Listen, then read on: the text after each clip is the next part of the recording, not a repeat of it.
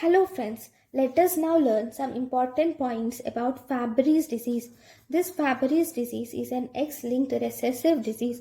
It occurs due to mutation in alpha-galactosidase gene, which is located on long arm of Q chromosome, that is XQ22, long arm of X chromosome, that is position XQ22. Because of this mutation of alpha galactosidase enzyme, there is increased accumulation of neutral glycosphingolipids.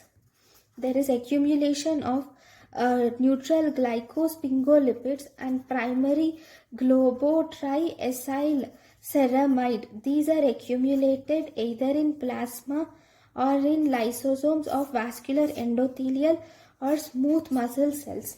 In vascular endothelial or in smooth muscle cells, you will see the accumulation of neutral glycosphingolipids or primary globotriacylceramides.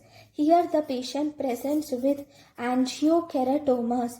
Angiokeratomas are telangiectatic skin lesions which are more dense between the umbilicus and the knee in the bathing trunk area.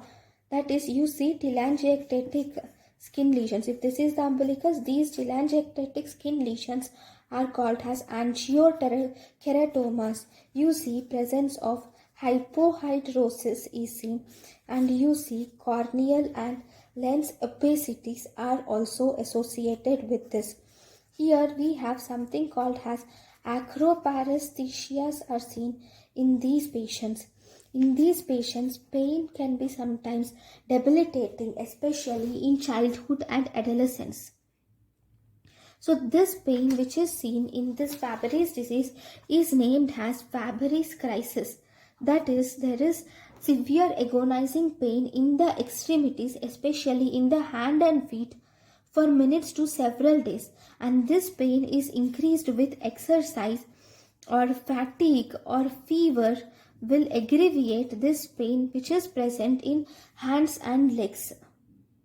Okay, if you see the most common in the Fabry's disease, one important thing is the most common valvular disease associated with Fabry's disease is mitral regurgitation. And in the kidney, especially in the urine, in the urine you see a Maltese cross appearance is seen in the urinary sediment of Fabry's disease. You see Maltese cross-like appearance. This is Maltese cross-like appearance is seen in urinary disease of Fabry's disease. Then urinary sediments. In urine sediments of Fabry's disease, you see this Maltese cross-like appearance. Then if you see the diagnosis, we have alpha glycosidase A activity is present in the plasma or WBC or fibroblast. We have this alpha glycosidase A activity.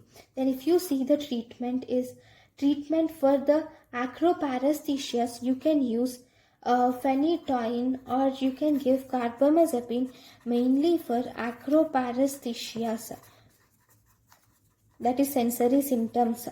Then for enzyme replacement therapy is available, which is recombinant alpha galactosidase is available.